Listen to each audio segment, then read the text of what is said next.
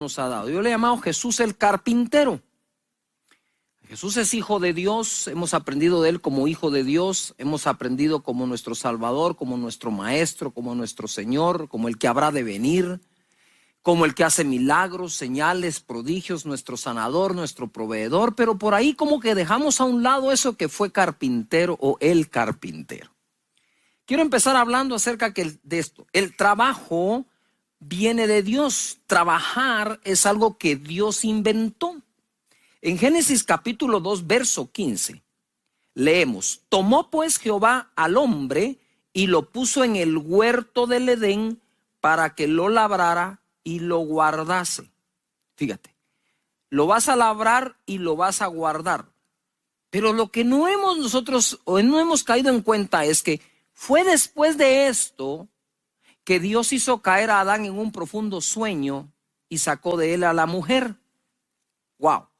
Dios dio primero a Adán o al hombre trabajo y luego le dio compañera. Hoy en día la gente anda buscando primero compañera y después trabajo. Eso está de cabeza. Primero aprendamos a trabajar para entonces escoger pareja, vocación, profesión, a qué nos inclinamos, para qué somos buenos, para qué nos capacitamos.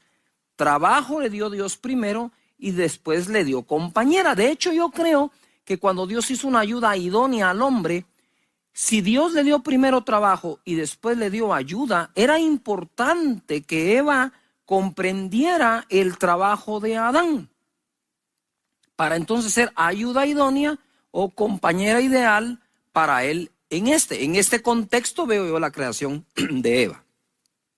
Eso jamás va a querer decir que las mujeres no trabajen. Claro que sí. Proverbios 31 dice y habla de una mujer que trabaja y provee para su casa. Primera cosa entonces es el trabajo, viene de Dios y viene desde el Génesis, desde la creación misma de Adán. La segunda cosa es que Dios y su Hijo trabajan. Mira qué interesante esto. Juan capítulo 5 verso 17 nos enseña: y Jesús le respondió: mi Padre hasta ahora trabaja y yo trabajo. ¡Wow! Papá e hijo trabajando. Nosotros tenemos a nuestros hijos y hay un tiempo para, como decimos, para criarlo. Tenemos un tiempo para educarlos, para enseñarle a decir papá, mamá, para empezarle a enseñarle a caminar, a ir al colegio, aprenden, llegan a la edad de trabajo, perfecto, y ahora papá e hijo trabajan. Llega el momento en que así sucede. El ejemplo del trabajo se debe dar en casa y lo deben dar los padres. Dice, mi padre y yo. Mi padre hasta ahora trabaja y yo trabajo. Si Dios trabaja, ¿por qué no habré de trabajar yo? Si el Hijo de Dios trabaja, ¿por qué no voy a trabajar yo? Jesús trabajó para su Padre. Miren esto qué interesante. Lucas 2:49. Entonces Él les dijo: ¿por qué me buscáis? ¿No sabías que en los negocios de mi Padre me es necesario estar? ¡Qué visión! Desde niño Jesús sabía que se debía trabajar. Es importante entonces que nosotros en casa aprendemos a delegar tareas también, en donde trabajen en algo, pero que aprendan el arte de trabajar, porque les voy a decir algo, mira, el trabajo es lo común entre todos nosotros los seres humanos. Si estás soltero, vas a necesitar trabajar porque necesitas una economía para tu casa, para desarrollarte, o te vas a pagar tus estudios, o querés salir a estudiar al extranjero, qué sé yo. La segunda es, si te casas, no digamos, vas a necesitar trabajo. Si te divorcias, vas a necesitar trabajo. Si quedas viudo o viuda, vas a necesitar trabajo. A donde vamos, dice la Escritura, no hay trabajo, pero aquí sí hay trabajo. Y es importante, importantísimo entonces. Si vamos a pasar una vida trabajando, aprender a hacerlo. No estoy diciendo, ojo, que aprendas la carrera de medicina o de leyes o abogado o qué sé yo, sino que habiendo aprendido algo, aprender a trabajar en eso. ¿Verdad? con principios, con valores, con esfuerzo. Es conveniente, es necesario aprender a trabajar para Dios. Si nosotros logramos tener a Dios por jefe por encima de nuestros jefes, yo estoy seguro que mejoraría muchísimo nuestra actitud de trabajo. Jesús se mantuvo enfocado trabajando. Mira Juan 4:34, esto es poderosísimo. Jesús les dijo, mi comida es que haga la voluntad del que me envió y acabe su obra. Ahora vemos aquí a un Jesús que no solo dice que trabaja igual que el Padre, que trabaja en su obra, que le conviene o es necesario en los negocios de su Padre estar, sino dice que acabe su obra. Ay, Dios mío, cuánto trabajar. No hay modo que acabe lo que uno le mandó a hacer.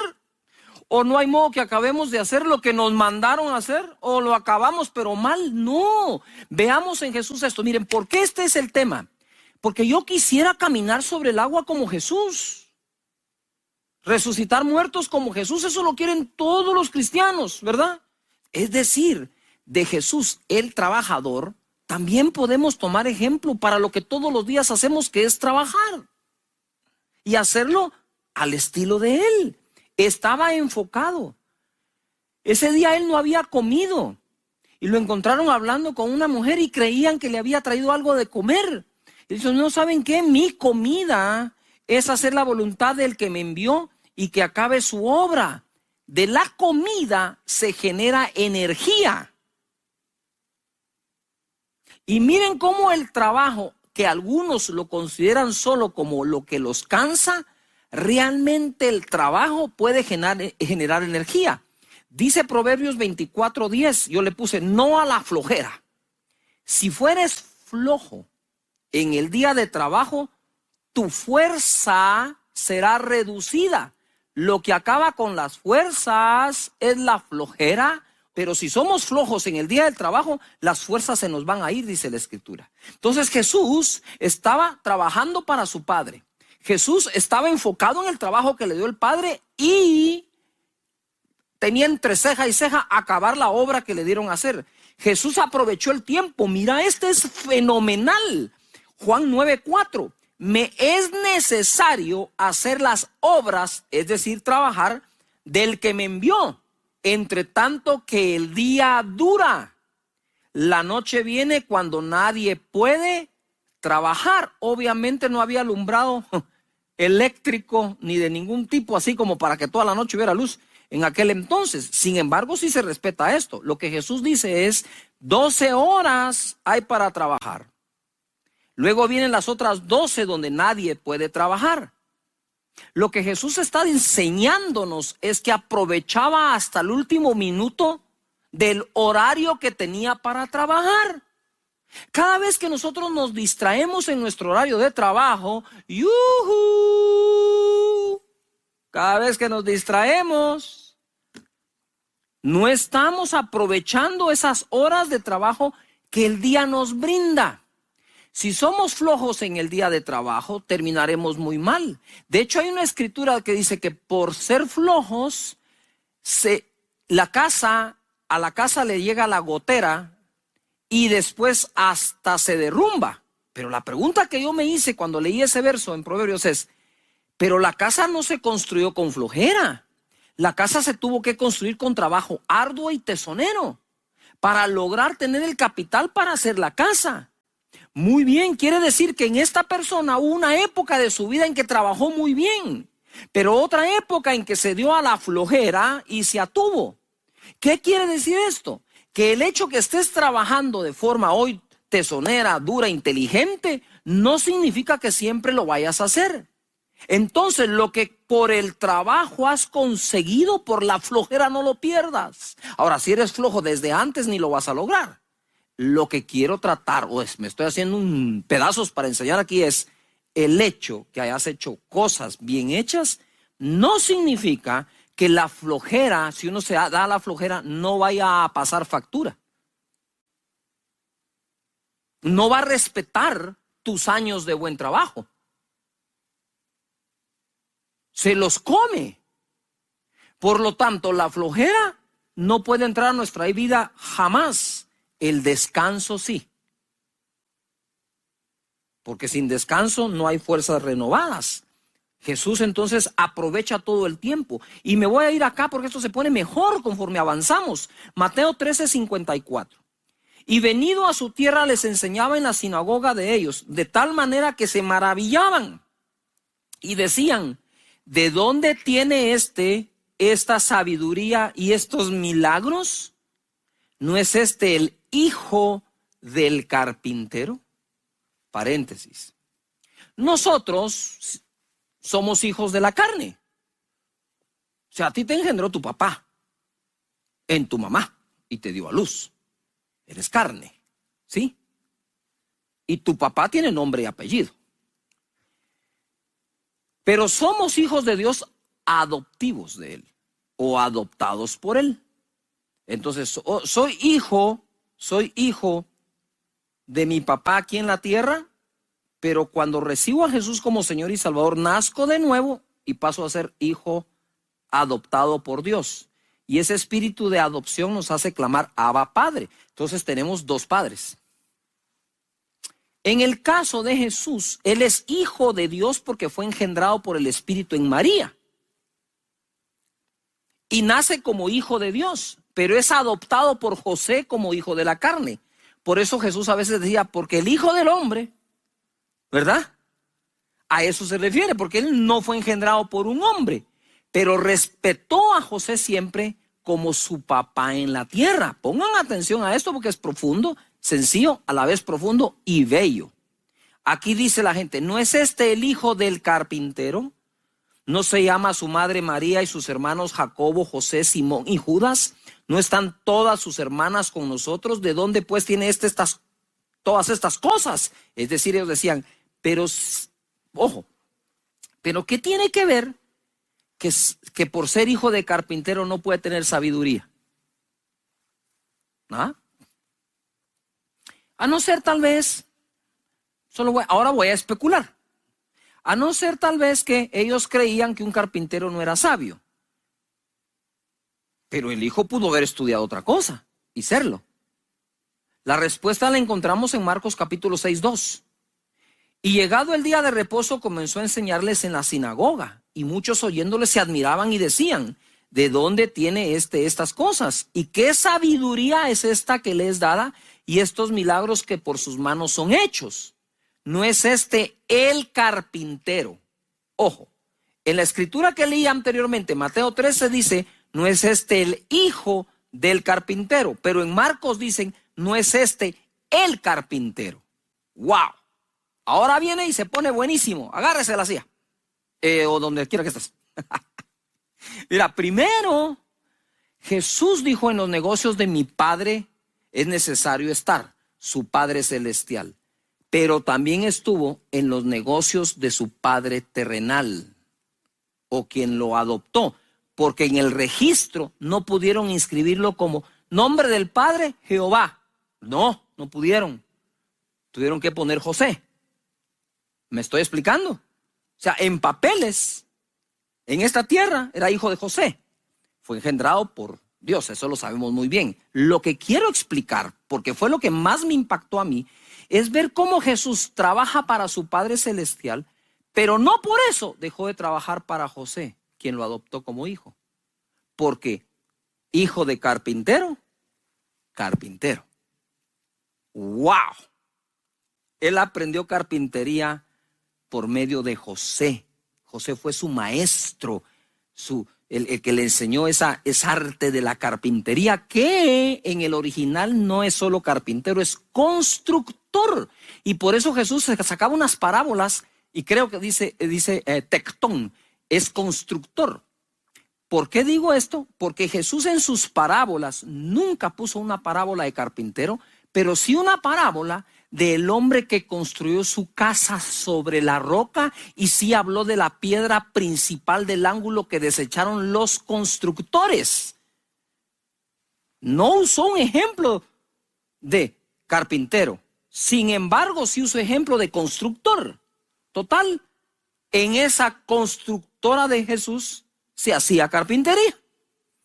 Y ojo acá, Él fue inspirado en la carpintería, no por Dios su Padre Celestial. Él fue inspirado en la carpintería por José el terrenal. ¡Ah, qué belleza! ¿No creen que es lindo? Que Jesús no dejó de honrar a José poniendo por excusa que solamente iba a honrar a Dios, su Padre. Y así, por eso digo que el trabajo se aprende en casa.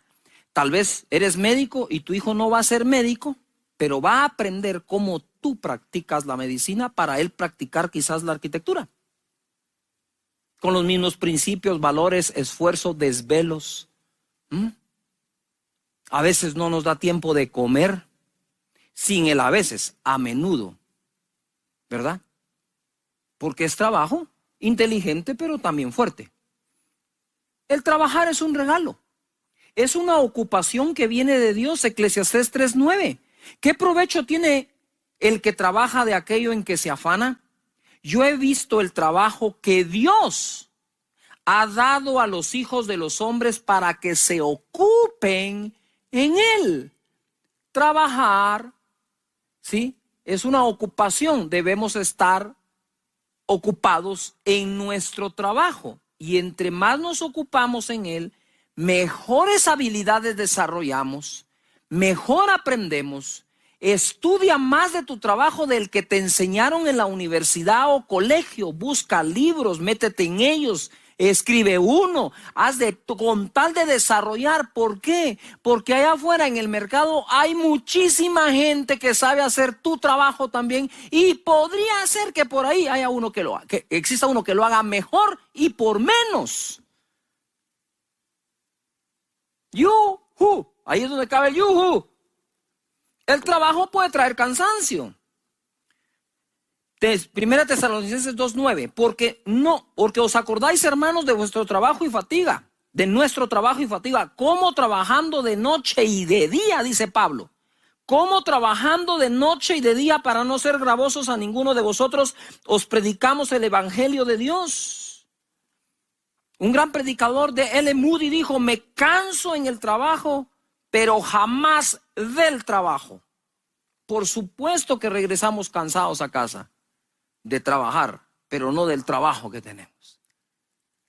Tenemos actitud para hacerlo. Pero no solo hay que enseñar trabajo inteligente, duro, tesonero, sino también la actitud para trabajar. Eclesiastés capítulo 3:22. Así que he visto que no hay cosa mejor para el hombre que alegrarse en su trabajo, porque esta es su parte, porque ¿quién lo llevará para que vea lo que ha de ser después de él? Nadie. Hay que estar alegre en el trabajo para hacer un buen trabajo, y no al revés, porque hago un buen trabajo estoy alegre. Si primero estoy alegre, lo más probable es que haga un buen trabajo. Nos dignifica, Salmo 128:1. Bienaventurado todo aquel que teme a Jehová, que anda en sus caminos. Verso 2, agárrese. Cuando comieres el trabajo de tus manos, bienaventurado serás y te irá bien. ¿Por qué trabajar honestamente? ¿Por qué trabajar inteligente y duramente? ¿Por qué ser honesto y honrado para trabajar? Porque no me cabe a mí en la mente cómo alguien puede poner un plato de comida en la mesa para sus hijos haciendo lo indebido, lo incorrecto y lo malo. Hay gente que pone platos de comida en su mesa mintiendo y difamando y haciendo cosas que no se deben. Si vamos a dar de comer a nuestros hijos, que la fuente que trae esa bendición venga de Dios, sea honesta y sea correcta para la gloria y la honra de nuestro Señor. Bienaventurado serás, dice, y te irá bien. Tu mujer será como vid que lleva fruto a los lados de tu casa, tus hijos como plantas de olivo alrededor de tu mesa, aprendiendo de ti. He aquí, dice, he aquí que así será bendecido el nombre del hombre del que teme a Jehová. Proverbios 22:29, ¿has visto hombre solícito en su trabajo? Delante de los reyes estará, no estará delante de los de baja condición. Yo escribí aquí, Jesús es rey y trabaja como tal. Hombre solícito es el hombre amable, dispuesto, atento, dice el diccionario. Hombre solícito, así era Jesús. La honestidad en el trabajo es súper importante. Lucas capítulo 20, verso 20. Y acechándole, lean esto, enviaron espías a que simulasen juntos, a que se simulasen juntos, a fin de sorprenderle en alguna palabra para entregarle al poder y autoridad del gobernador. Y le preguntaron diciendo, maestro, sabemos que dices y enseñas rectamente y que no haces acepción de personas, sino que enseñas el camino de Dios con verdad. Nos es lícito dar tributo a César o no. Mas él, comprendiendo la astucia de ellos, les dijo, ¿por qué me tentáis? Mostradme la moneda. ¿De quién tiene la imagen y la inscripción? Y respondiendo dijeron, de César. Entonces les dijo, pues dad a César lo que es de César y a Dios lo que es de Dios. Y no pudieron sorprenderle en palabra alguna delante del pueblo, sino que maravillados de su respuesta, callaron. Importante entonces que aprendamos esto. Y a Dios lo que es de Dios. De hecho, unos le argumentaron a Pedro, tu maestro no paga los impuestos. Y cuando entró le dice Jesús, ¿sabes qué, Pedro? Vete de pesca, el primer pez que saques tendrá una moneda. Y le dijo, paga tus impuestos y los míos. Ve y hazlo, le dice. Impresionante lo que Jesús hizo allí. Hoy quiero orar, quiero terminar orando por tu trabajo. Y por tu descendencia que se levante como grandes y buenos trabajadores, imitando a Jesús el carpintero.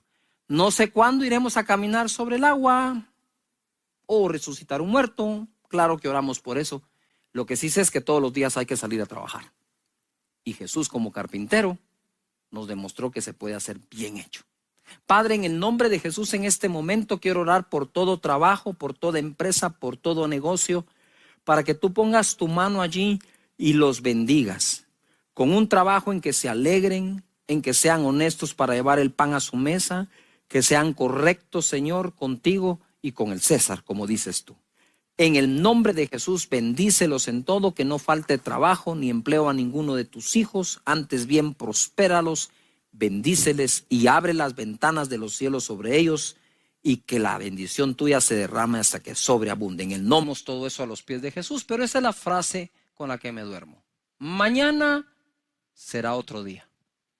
Bástale a cada día su propio mal, ¿verdad? Y como digo yo siempre, ya cuando llega ese momento digo yo, y este muñeco se mete en su estuche para amanecer con nueva misericordia al día siguiente. ¿Qué tal si le damos un vistazo al futuro? Les he leído este salmo varias veces. Quiero que me aguanten, por favor, porque es bueno repasarlo y es solo para poderme introducir a lo que viene.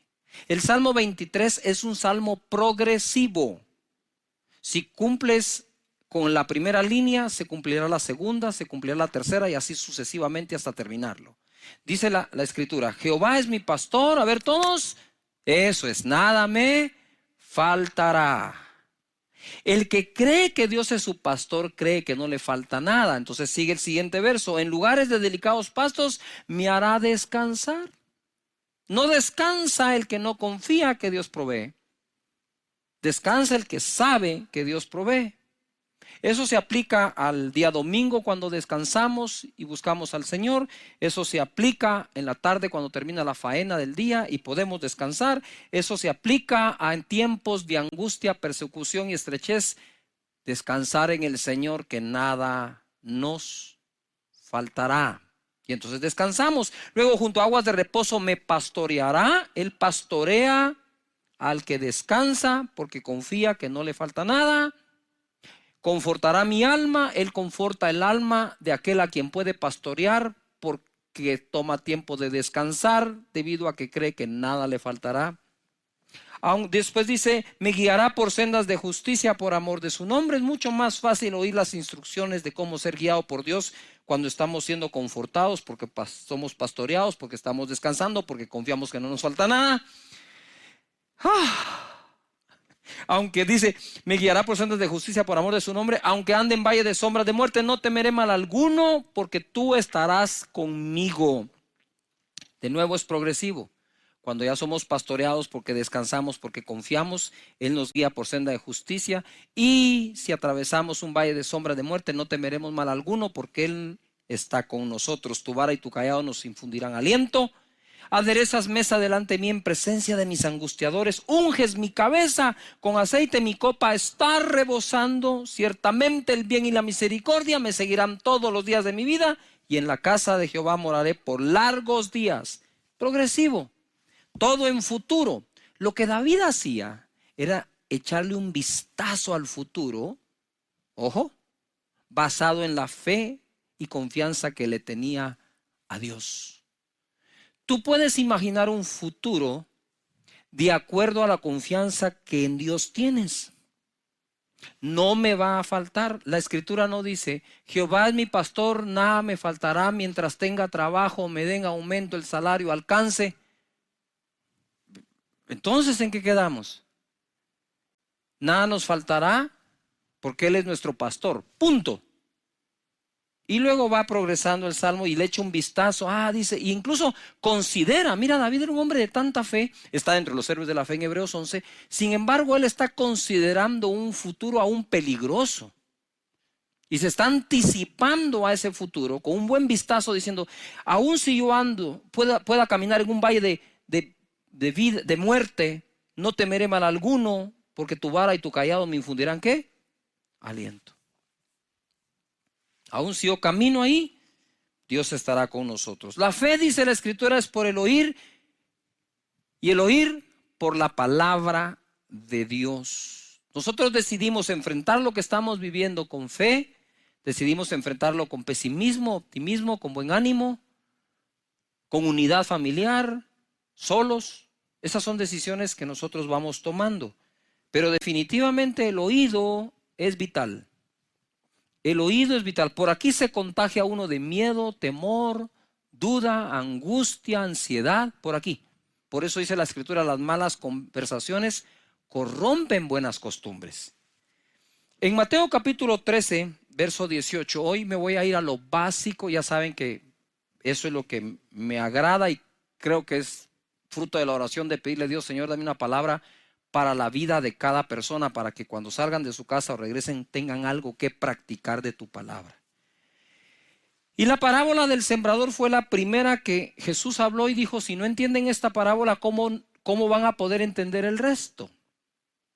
Y es muy sencilla, pero a la vez profunda. En el verso 18, Mateo 13 dice, oíd pues vosotros la parábola del sembrador. Cuando alguno oye la palabra del reino y no la entiende, viene el malo y arrebata lo que fue sembrado en su corazón. Este es el que fue sembrado junto al camino. Cuando hablamos de que la palabra fue sembrada junto al camino, dice la parábola, que vienen las aves del cielo y roban la semilla o la palabra. Y entonces él explica acá. Lo que ocurre, la interpretación de esto es que cuando alguien no le entiende, entonces viene el malo y la arrebata. Orando por todos ustedes y por su servidor, obviamente, aquí en esta escritura me encuentro que la palabra de no entender la escritura, ahí hay un truco escondido que el enemigo puede aprovechar. Tener la esencia de lo que se nos enseña es tener entendimiento de lo que estamos aprendiendo.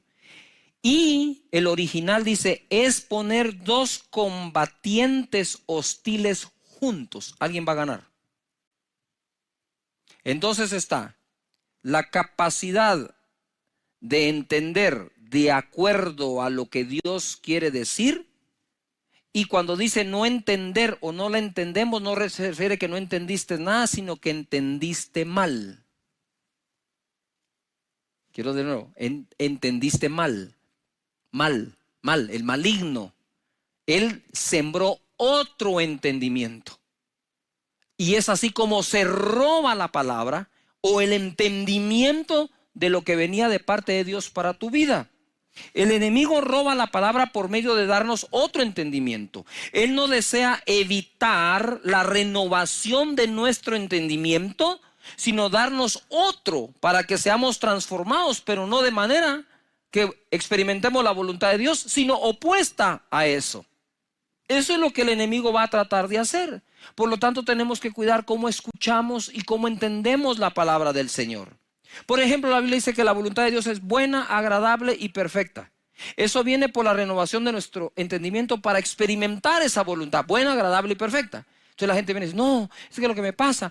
Y entonces no tienes el entendimiento que las Escrituras te ofrecen, sino el entendimiento que alguien más te está ofreciendo.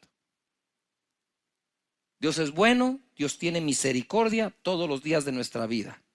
Entonces en la parábola lo que tenemos que evitar primero es que entendamos de una forma equivocada lo que el Señor nos quiere decir y bendecir. Persecución por lo que crees. 20, verso 20.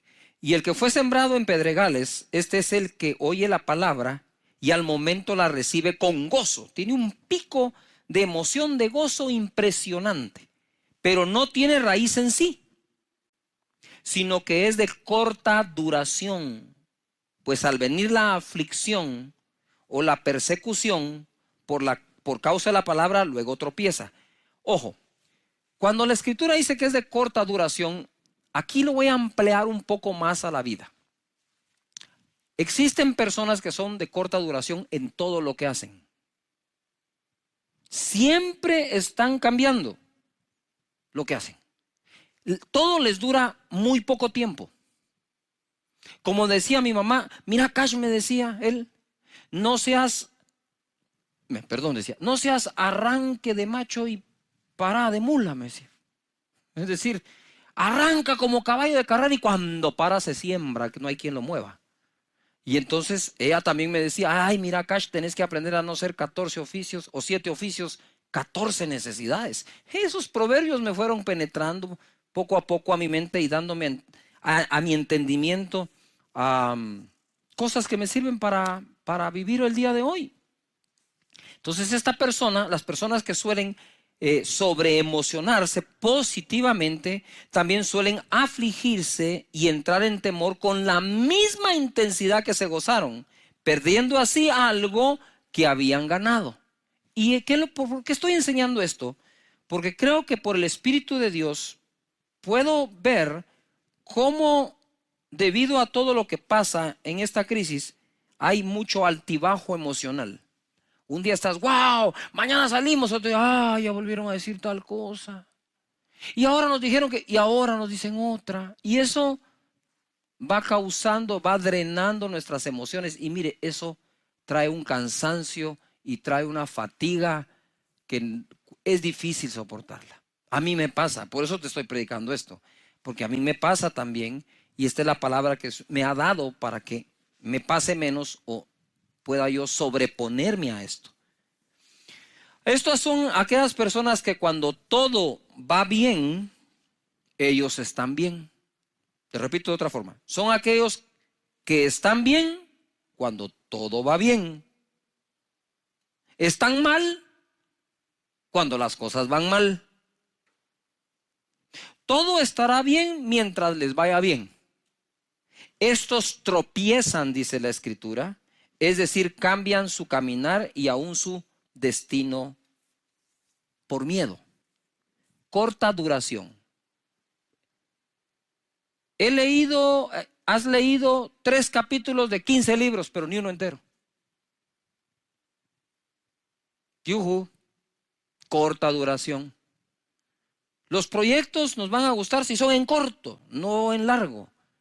Entonces, cuando soy una persona dada a la corta duración, y luego entonces me emociono cuando recibo la palabra de Dios, pero le aplico la misma conducta de mi carácter. Le aplico a la Escritura la misma conducta diciendo, wow, sí, gloria a Dios, aleluya. Y para abajo otra vez. Entonces hay que componer el oído para entender, hay que componer el carácter también en nuestra vida para tener una mejor tierra para la palabra que Dios nos está dando. Esta palabra de Dios, según Hebreos 4:12, dice que es así. Porque la palabra de Dios Es viva y eficaz y más penetrante o cortante que toda espada de dos filos, ojo, y penetra hasta partir el alma, donde están todas las emociones, y el espíritu, que es el que se conecta con Dios, las coyunturas y los tuétanos, y discierne los pensamientos y las intenciones del corazón. La palabra que Dios te quiere dar constantemente está viva, tiene vida, está viva y es eficaz, es eficiente, es algo que me va a hacer lograr algo bien hecho. Esta palabra, según Mateo 13:22, dice: el que fue sembrado, esta es la tercera tipo de tierra, entre espinos, este es el que oye la palabra, todos la oyen, pero el afán de este siglo, el afán de este siglo y el engaño de las riquezas ahogan la palabra y se hace infructuosa. Mas el que fue sembrado en buena tierra, ese es el que oye y entiende la palabra y da fruto. Ojo, la oye, la entiende y da fruto y produce al 100, 60 o 30 por uno. Es un error creer que la buena tierra es únicamente aquella que da 100% del fruto. ¿Qué estamos diciendo en la parábola del sembrador? Es cuando Dios te da una palabra, cuando oyes una prédica, si dieras el fruto de esa palabra, dieras solo el 30%, ya eres buena tierra, así que no hay ninguna condenación.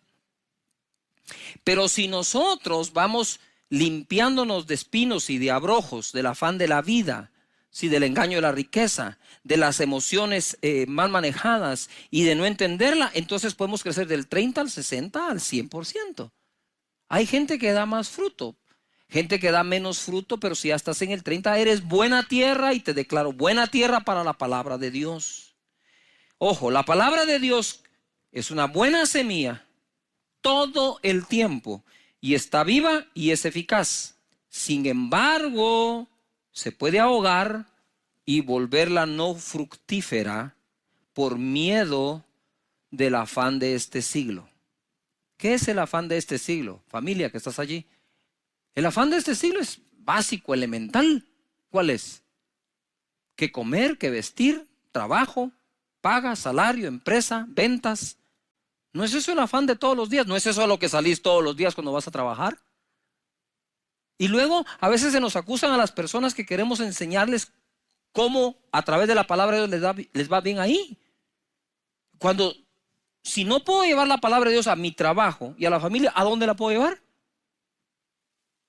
Entonces, lo que quiero decirte en esta oportunidad es que si tengo resuelto el problema del afán por la vida, no el ingreso mensual para la vida, sino el afán de la vida. Porque la palabra no dice que la palabra sembrada en ti se ahoga por un bajo salario, o por mucho salario, o por mucho ingreso, poco ingreso. Dice aquí, se ahoga, la palabra que está viva se ahoga, es decir, se hunde hasta que queda sin respiración y muere. Eso se ahoga si yo tengo afán por la vida. Entonces, de lo primero que tengo que aprender en las Escrituras para poder dar fruto de toda palabra que me siembran es que no me debo afanar por la vida. Eso no quiere decir que eres un irresponsable, sino que en donde trabajas confiando que si eso no alcanza, de eso no depende Dios para que Él te bendiga, sino de tu fe, de cómo le crees al Señor. Me mandó un chat un amigo que normalmente me está dando palabras de ánimo, me envía palabras de ánimo, pero esta vez me dice: pastor, gracias por su palabra cuando enseñó que nada me faltará. Cuando nos dijeron que teníamos cuarentena y encima de eso un toque de queda de 12 horas, me agarró sin ahorro, sin efectivo y la refrigeradora vacía. Me sentí morir. Sin embargo, le creí a Dios y no me ha faltado nada. De nada. Tocan a su puerta, gente que no lo conoce, gente que no sabe por qué está pasando. Dicen: mire, sentimos los vecinos traerle esto, aquí está. ¡Wow! ¿Cómo lo saben? Dios hablando a las personas. Entonces, si nosotros logramos quitar el afán de la vida, quitamos lo que ahoga la buena semilla de Dios. Y aquellos que en Él confían, siempre son las personas que más crecen en el Señor, porque no hay nada que ahogue la palabra. En Romanos capítulo 8, verso 31, hay un verso, este verso a mí me parte el corazón, porque es el amor de Dios expresado de una manera inmensa. Si Dios nos da lo más grande, ¿no nos dará lo demás? Es una pregunta, ¿no nos dará lo demás? ¿Quién pues, dice, perdón, en el verso 31, ¿qué pues diremos a esto? Si Dios es por nosotros, ¿quién contra nosotros? Uy, ese verso lo repetimos a cada rato, sobre todo cuando estamos en angustia. Si Dios por nosotros, ¿quién contra nosotros? El que no escatimó ni a su propio Hijo, sino que lo entregó por todos nosotros, ¿cómo no nos dará también con él todas las cosas?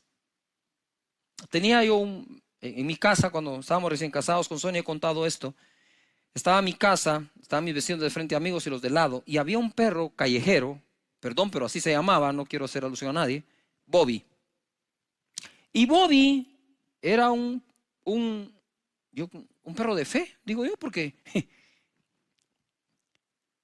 cuando hacía frío, el perro escogía bajo qué motor de carro dormir, y siempre escogía el que recién acababa de llegar porque está calientito.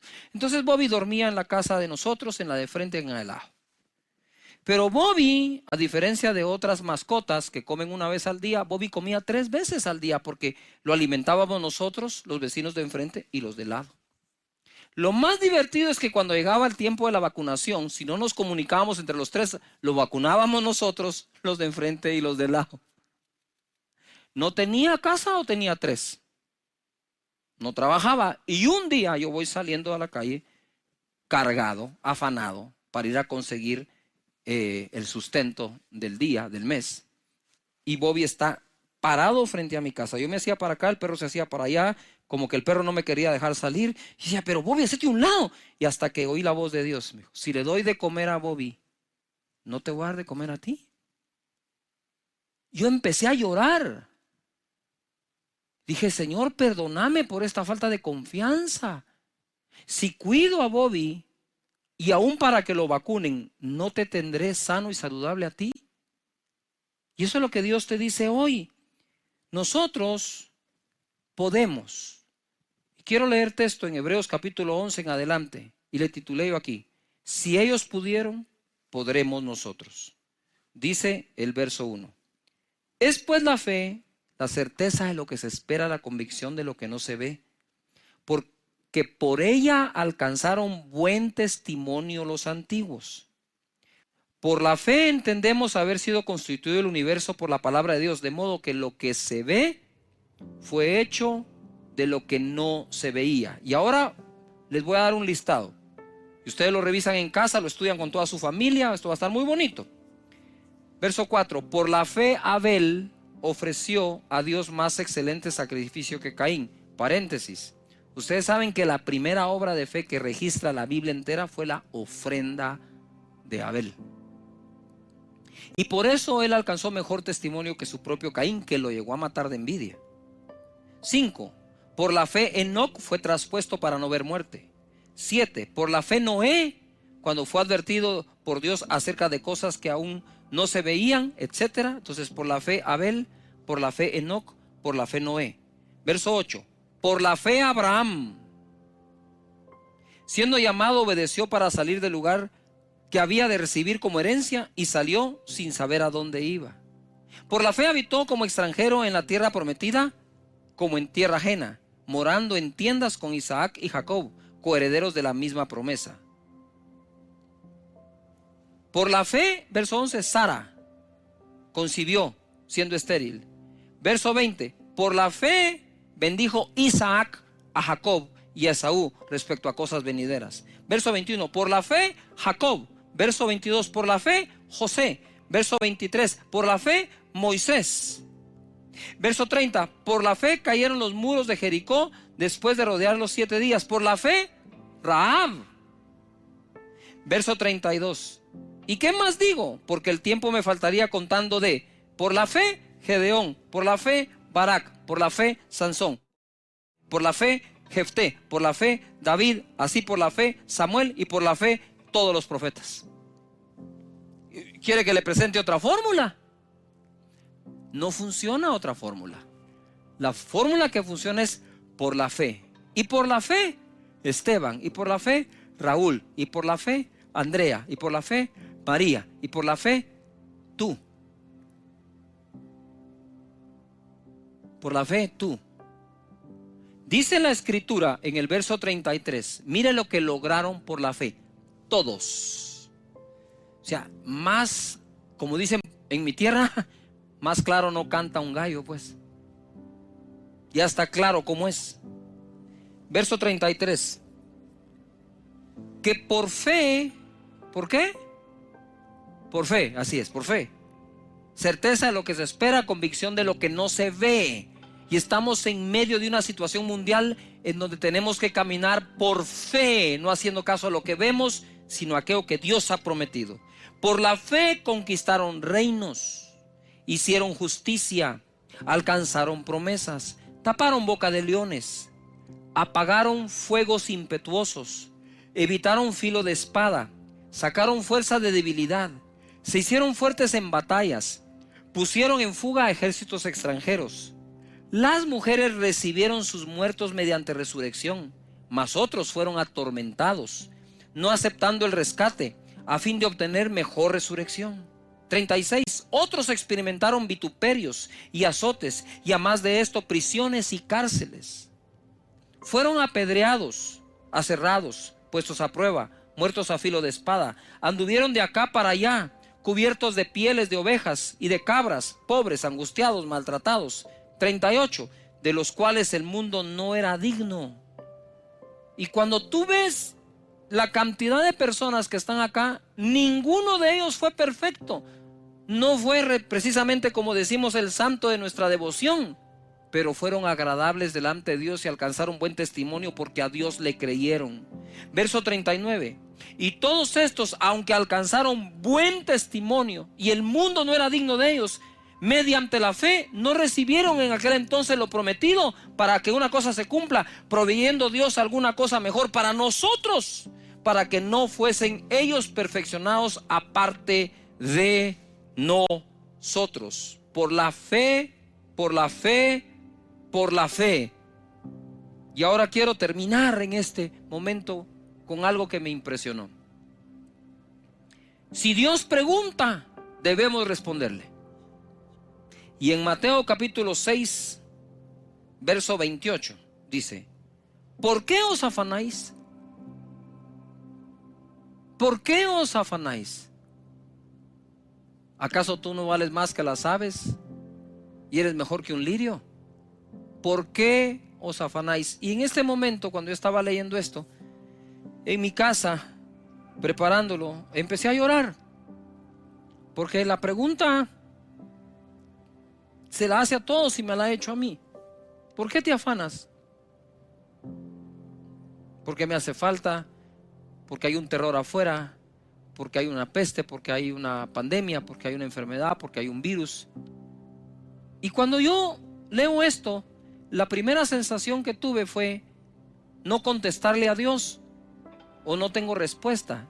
Y el Espíritu Santo me dijo: quiero oír sus respuestas. Cuando te digo ¿por qué te afanas?, te lo estoy preguntando. Quiero saber qué es lo que te provoca. Yo pienso que es un buen momento para decirle a Dios: Señor, soy sincero contigo, estoy afanado, tengo miedo, tengo temor, tengo incertidumbre, estoy lleno de ansiedad. Dios no quiere esas personas que presumen no tenerlo. Él quiere gente sincera que le diga: sí, estoy muy afectado, Señor, por lo que está pasando. Estoy hasta confundido. Está bien, háblalo, decilo. Es tu Padre. Él no regaña, Él enseña. Él no te va a regañar: ah, no deberías de estar afanado, no miras que cómo soy de bueno. No, pero lo puse así en letra grande. ¿Por qué os afanáis? Más adelante dice: no se afanen diciendo. No se afanen por el día de mañana. Bástale a cada día su propio mal. Y por eso empecé diciendo en esta predicación: mañana será otro día. Mañana será otro día. Padre, gracias te doy por cada hogar conectado, por cada casa, por cada conexión, por cada persona. Estamos cargados, Señor, te lo reconocemos, lo aceptamos, pero también tú dijiste que le esté cargado y trabajado, que venga a ti, que tú lo harás descansar. Señor, la unción que estoy sintiendo aquí, fuertísima sobre mis hombros y espalda, que pudra todo yugo en este momento. Si tú estás en casa, extiende tu mano al dispositivo, a la televisión, donde quiera que estés, extiende tu mano. Hay una unción fluyendo en este momento hacia ti que va a podrir todo yugo, toda preocupación, todo afán, toda angustia, toda incertidumbre. En el nombre poderoso de Jesús ordeno que todo eso se largue ahora mismo de la vida de las personas que están conectadas acá. En el nombre de Jesús. Y que cada uno lleve este mensaje a otra persona que lo nota preocupado. En Cristo Jesús sean libres de esto. Y tú que quieres recibir a Jesús en tu corazón, repite conmigo en voz alta en tu casa ahí con todos: Señor Jesús, yo te doy gracias por haber muerto por mí, por perdonar mis pecados, por lavarme con tu sangre. Te entrego mi vida, te abro mi corazón. Perdona mis pecados, dame la vida eterna. Yo creo que desde hoy soy una nueva persona y mi nombre fue escrito en los cielos. Salud, no de enfermedad, de riqueza, no de pobreza, de bendición, no de maldición, porque en mi boca hay un milagro. Amén. Hemos estado hablando, sí, de que estamos bendecidos bajo la bendición de Abraham que Dios juró. Y hoy quiero hablarles acerca de lo que es la triple bendición que esto nos trae, y de recibir esas promesas que Dios tiene. En Gálatas capítulo 3 verso 13 les voy a leer un par que ya hemos estado leyendo para unirlas, y a lo largo de toda la enseñanza ustedes van a ver cómo se van entrelazando estas promesas y aparecen por todos lados. En Gálatas 3 verso 13 dice: Cristo nos redimió de la maldición de la ley. O sea, había una maldición. Y Él viene y nos redime, o sea, nos saca de dicha maldición. Por lo tanto, no se vale decir que hay maldiciones que te persiguen. Que si la maldición generacional, que esa ya se quedó generaciones atrás, amén. Y es que tal vez a mí va a dar cáncer, mi familia ya se quedó atrás. Es que mi abuelo fue pobre y vos no. O sea, hay que dejar claro esto, ¿verdad? Eso se queda atrás. Pero si fui redimido de la maldición de la ley, de todo tipo de maldición, entonces también tengo que corregir mi manera de hablar. Cristo nos redimió de la maldición de la ley, hecho por nosotros, ¿qué? Maldición. Porque está escrito: maldito todo el que es colgado en un madero. Ahora leo el 14. Para que, todo esto que pasó en el 13 es para que en Cristo Jesús, ya no maldiciones, sino la bendición de Abraham alcanzase a los gentiles, a fin de que por la fe recibiésemos, ¿qué? El Espíritu Santo. Ahora notemos esto: nos redimen de la maldición, pero ¿y si no nos bendicen, en qué quedamos? O sea, no es lo mismo creer que ya no tienes maldición que creer que ahora tenés bendición. Pon atención, bendición no es la ausencia de la maldición. Yuhu. Bendición es ser bendecido. No es ya no tengo maldición, pero tampoco tengo bendición. Entonces, ¿para dónde vamos? Para ningún lado, estamos en neutro. No, Dios nos quitó una maldición para llenarnos de su, ¿qué? Bendición. En Cristo Jesús. Ahora, el traslado de una cosa a la otra le costó a Jesús ser hecho maldición, porque, ojo, maldito todo el que es colgado en un madero o en la cruz. Pregunto, si nos vamos 2000 años atrás y pico, sin conocer ningún versículo, no sabemos ni qué es la Biblia, y nos trasladamos como personas que están contemplando aquella crucifixión en el monte Gólgota, lo que nosotros vamos a ver son 3 cruces.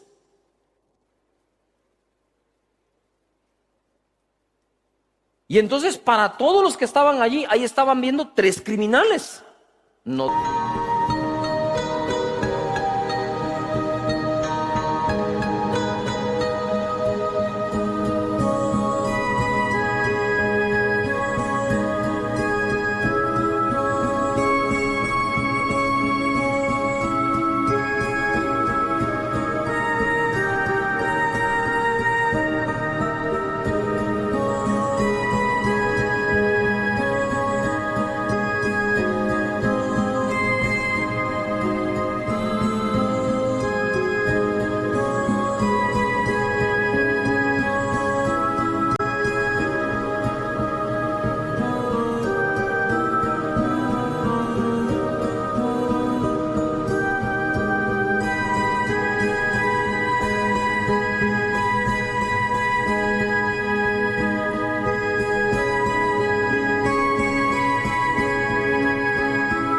dos. Porque nosotros decimos, bueno, sí, habían dos ladrones y nuestro Señor Jesús en medio, sí. Pero ¿quién sabía eso hasta ese momento? Nadie. Entonces a Jesús lo crucifican en medio para hacerlo parecer el jefe de los otros dos. O sea, Jesús no tenía por qué estar muriendo como un maldito si no hizo nada malo. Pero lo ponen ahí. Una vez está allí, pongan atención, una vez está ahí, escrito está que el que está allí es hecho maldición. Entonces Él se hizo maldición para que tú y yo recibamos ¿qué? Ojo, Él no se hizo maldición para que tú no tengas maldiciones. Él se hizo maldición para que tú tengas ¿qué? Su bendición, la que le juró a Abraham. Dáselo fuerte al Señor, vamos, ánimo. Entonces cuando el mismo diablo, enemigos, lo que sea, te quieran atacar, no les pongas bola ni chibola, no le tires al diablo, no, ya del diablo ni se habla, hombre. Porque sos bendecido. Y cuando él viene con sus mentiras a tus oídos, reprendelo y decís, te largas de aquí. Eso estaba como cuando a Lutero se le apareció el diablo. Él lo narra, se le aparece el diablo en su alcoba, ¿verdad? Y él se despierta y le dice, sí sos tú, le dijo. Y siguió durmiendo.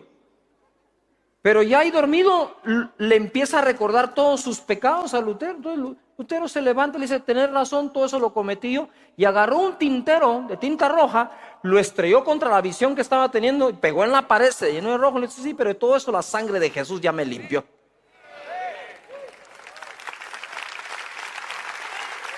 Y como dijo un amigo mío, cuando el diablo te recuerde tu pasado, vos recordarle a él su futuro.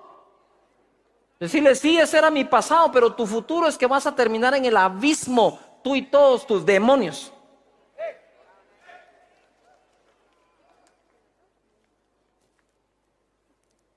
Es que pastor, mira que yo creo que me están haciendo brujería. No, hombre.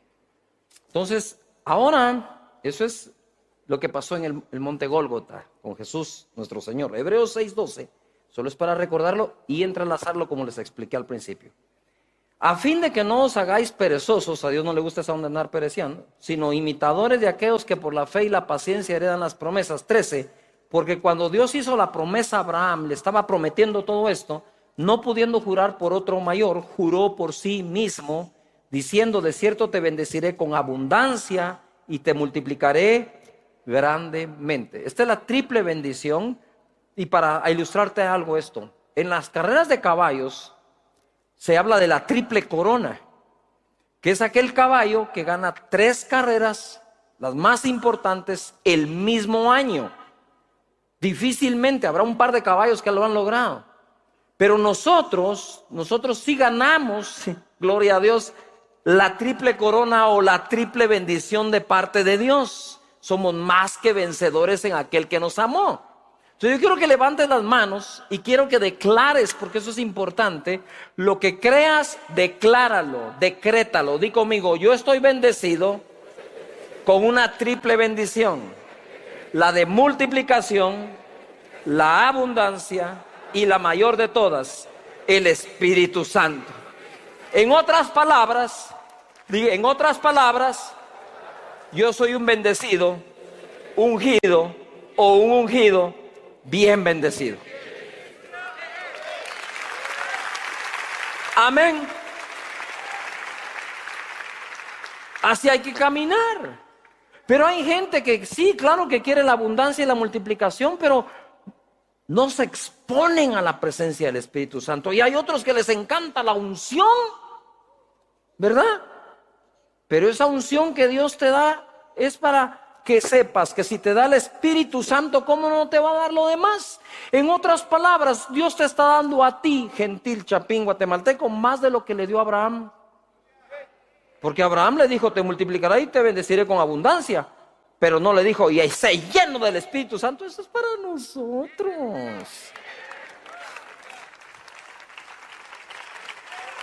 Ahora mira pues, yo te digo, se va a ir entrelazando esto, te va a dar mucha revelación el Señor. Juan 3:34, Jesús hablando dice, porque el que dice, el que Dios envió, las palabras de Dios habla. Pues Dios no da el Espíritu por medida. En otra versión dice, Dios da el Espíritu sin límites. Es decir, y hay otra que dice, y Dios da su Espíritu abundantemente. Él quiere que camines en las dos abundancias. ¿Todavía están acá? Él da el Espíritu sin medida, lo da sin límite, lo da abundantemente. Es decir, puedes estar completamente lleno del Espíritu de Dios. Porfa, yo anoche cuando fui a dormir, antes de dormir puse adoración al Señor, me puse a adorar al Rey. Y ahí me fui a mi cuarto, me acuesto y le digo, Señor, qué cosa más maravillosa es dormir bajo tu presencia, que tu presencia venga, esté sobre mí. Aparte de tus cobijas que te pones, Él te cobija, porque dice la Biblia que es un manto, y es un manto de alegría el que está sobre nosotros. ¿Cuál es ese producto de la unción? Cuando Jesús recibe la unción del Espíritu Santo, cuando lo declara, está en Lucas capítulo 4, verso 17, leo, y se le dio el libro del profeta Isaías, y habiendo abierto el libro, halló el lugar donde estaba escrito, el Espíritu del Señor está sobre mí. A ver, levanta las manos y diga conmigo, el Espíritu de Dios está sobre mí. Ya yo les voy a leer donde dice que está sobre ti también. No solo sobre Jesús, está sobre ti también. 18, por cuanto me ha ungido, eso es ser ungido, el Espíritu es sobre ti, para dar buenas noticias o buenas nuevas a los pobres. Me ha enviado a sanar, dice, a los quebrantados de corazón, a pregonar libertad a los cautivos, a visitar a los ciegos, a poner en libertad a los oprimidos, a predicar el año agradable del Señor. Y enrollando el libro, lo dio al ministro y se sentó, y los ojos de todos en la sinagoga estaban fijos en él, y comenzó a decirles, hoy se ha cumplido esta escritura delante de vosotros. Ahora, regreso al 18. El Espíritu del Señor está sobre mí por cuanto me ha ungido. Lo primero que dice es para dar buenas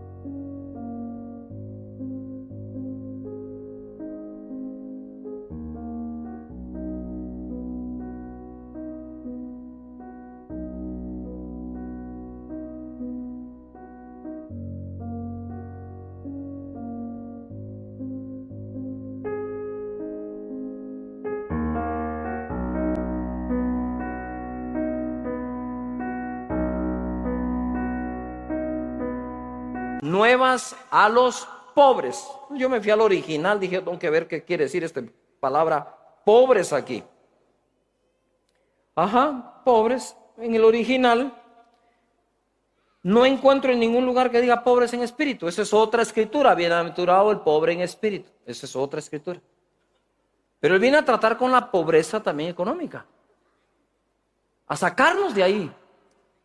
Y para eso fue hecho maldición, para redimirnos de esa maldición.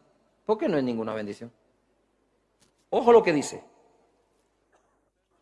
Pobre. Dice, vino a reducir el hecho que una persona mendigue. Ahora dice acá que pobre significa aquellos que han sido destituidos de sus bienes, de su influencia, de su posición y de su honor. Con la unción viene la restitución hasta de tu nombre y de tu apellido, de tu familia y de tu empresa. Lo que viene a hacer Jesús cuando dice, le vine a dar buenas nuevas al pobre, es no el que ha sido toda la vida pobre tan solo, sino el que quedó pobre por alguna razón, el que quebró económicamente, el que tuvo que cerrar sus empresas. La unción que Jesús recibió se la dieron para darle buenas noticias al que sí está. Así que si estás así, te quiero decir que la unción del Espíritu Santo le fue dada a Jesús para que hoy Él te diga, te voy a sacar de allí y te voy a levantar. Más fuerte al Señor.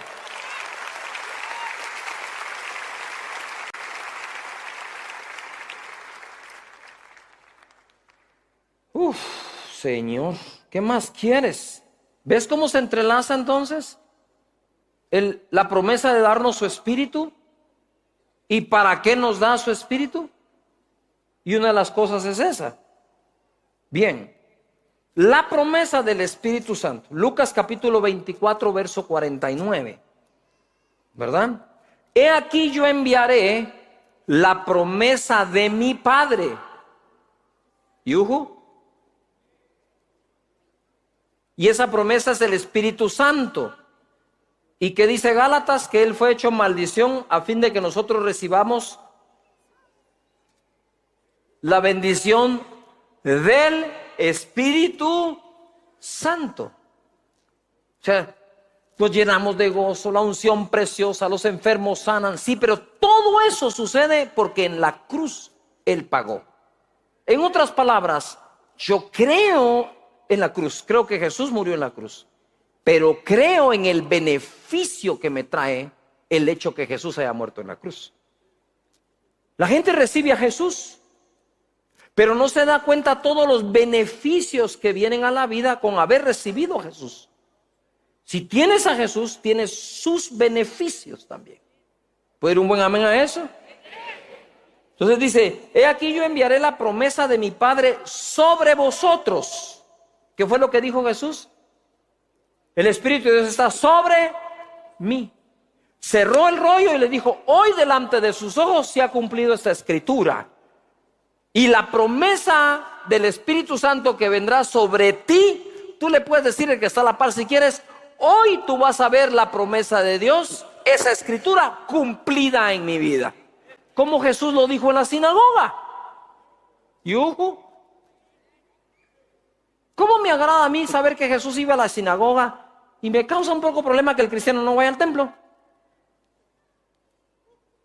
O resulta que Jesús sí necesitaba ir a la sinagoga y tú no. Bien, vamos. Yuhu. ¿Quién hubiera querido ver a Jesús online?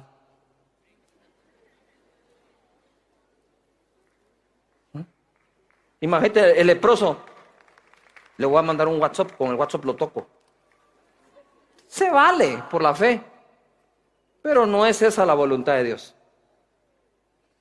Eso lo estás tomando como una voluntad alterna, pero no la principal voluntad de Dios. Dice la Biblia, no se dejen de congregar. No yo, la Biblia. He aquí yo enviaré la promesa, dice. Pero quédense ustedes en la ciudad de Jerusalén hasta que seáis investidos del poder desde lo alto. Hechos 1, verso 3. A quienes también después de haber padecido, o sea, resucitó, se presentó vivo con muchas pruebas indubitables, apareciéndoseles durante 40 días y hablándoles acerca del reino de Dios. 4.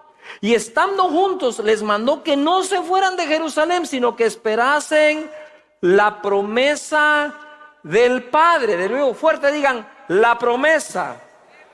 La cual les dijo, oísteis de mí, porque Juan ciertamente bautizó con agua, mas vosotros seréis bautizados con el Espíritu Santo dentro de no muchos días. Hechos capítulo 1, verso 6.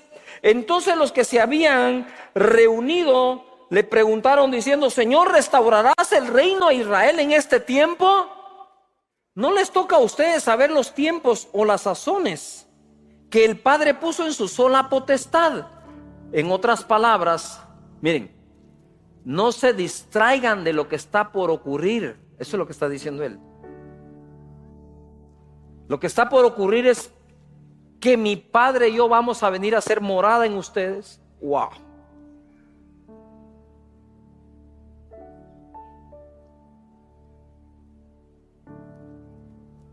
No se distraigan, porque lo que está por ocurrir es que la promesa les va a ser enviada. Ya lo de las sazones de los tiempos lo resolvemos en otra oportunidad. Eso es lo que está tratando de Jesús, de decirles: miren, lo que solo está en la potestad del Padre no les compete a ustedes saberlo ahora. Lo que les compete ahora es recibir la promesa de ese mismo Padre que ustedes quieren que les restaure el reino. Y le dice: pero recibiréis poder. ¿Qué vas a recibir? Oh, porfa. Y me seréis testigos en Jerusalén, en toda Judea, en Samaria y hasta lo último de la tierra. Ojo acá, di conmigo: yo seré testigo. Mira, yo creo en la resurrección de Lázaro, yo creo en la sanidad de aquellos 10 leprosos, yo creo en la multiplicación de los panes y de los peces. Yo creo en todo eso, pero no fui testigo de nada de eso. Pero Dios tan lindo, ¿sí?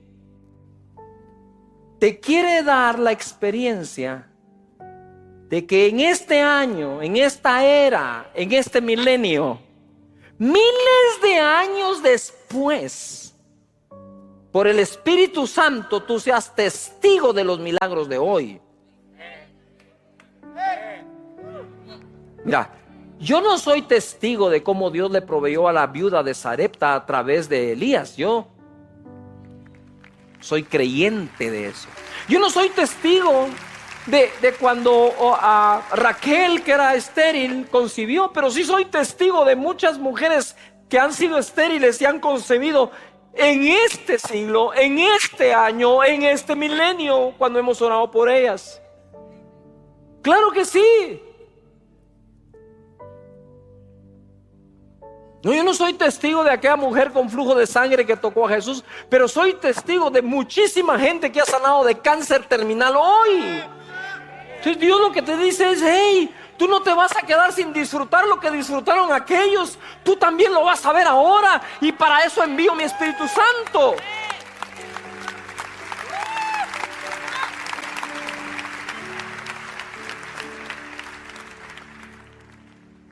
No, yo no soy testigo de cómo Elías venció a los profetas de Baal, pero sí soy testigo de cómo el Señor ha venido a quebrantar las ataduras y todas las obras de brujería y hechicería sobre las vidas de las personas hoy.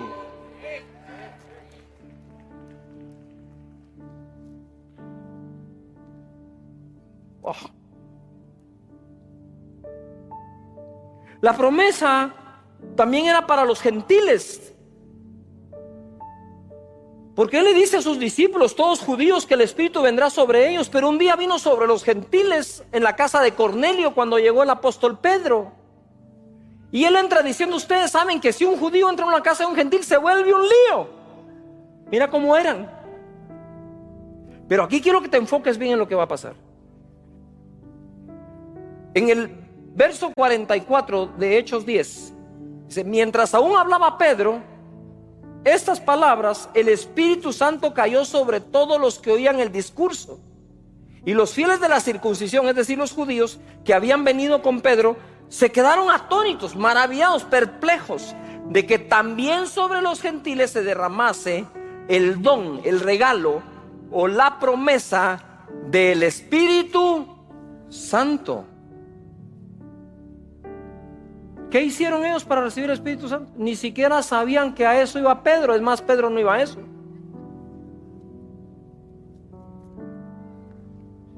Simplemente estaban oyendo a Pedro y de repente ¡blum! ¿Qué estoy sintiendo? ¿Qué está pasando?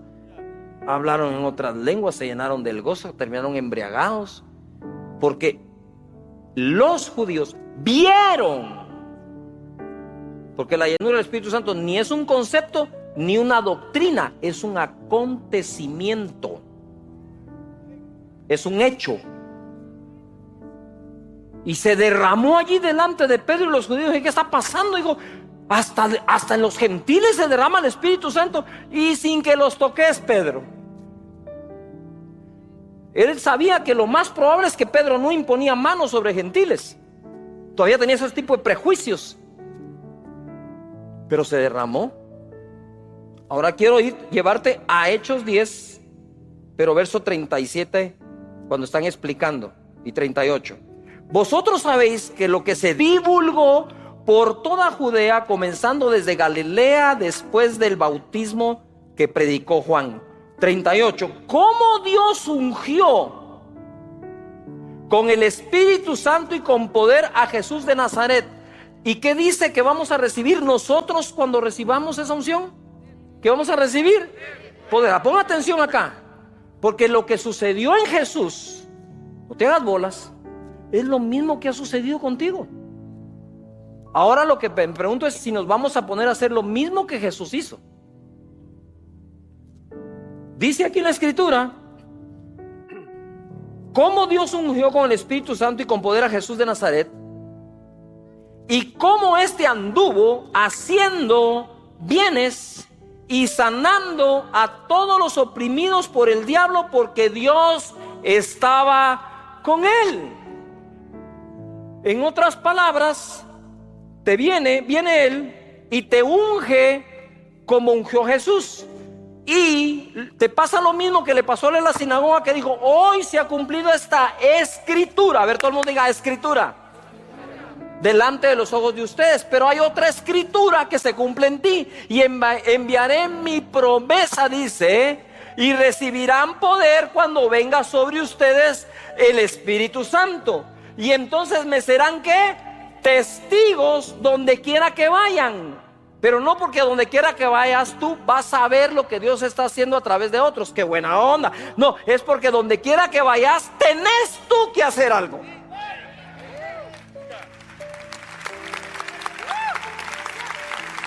Ahora, ¿qué pasa? Él viene a sanar a los oprimidos del diablo. Si tú estuvieras concentrado en que Dios te dio la unción para sanar oprimidos del diablo, no estarías dándole tanta bola y pasándole tanta chibola a cosas que te traen opresión a ti. El que anda sanando oprimidos no tiene tiempo para recibir opresión. Lo repito. El que anda ocupado sanando oprimidos no tiene tiempo para ponerle chibola al diablo que lo quiere oprimir.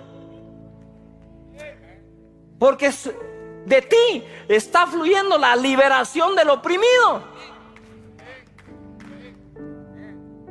Entre más oras por enfermos, menos miedo le tenés a una enfermedad.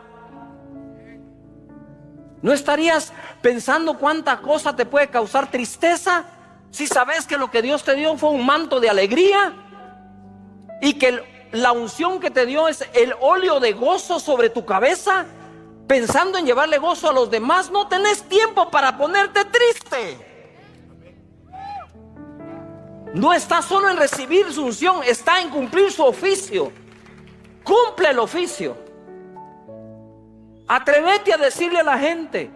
Si tú decís: ay, pero pastor, es que mire, yo no ando muy bien. Pedro tampoco andaba muy bien. Ni Juan ni Jacob, esos tenían un carácter terrible, querían incendiar Samaria. Y tú que: ay, es que soy muy bravo, muy bravo. Aquellos querían incendiar gente. Decía: que baja fuego como Elías, y chicharrón samaritano ahorita que a todos esos. Y Jesús le dice: ustedes no saben ni de qué espíritu son.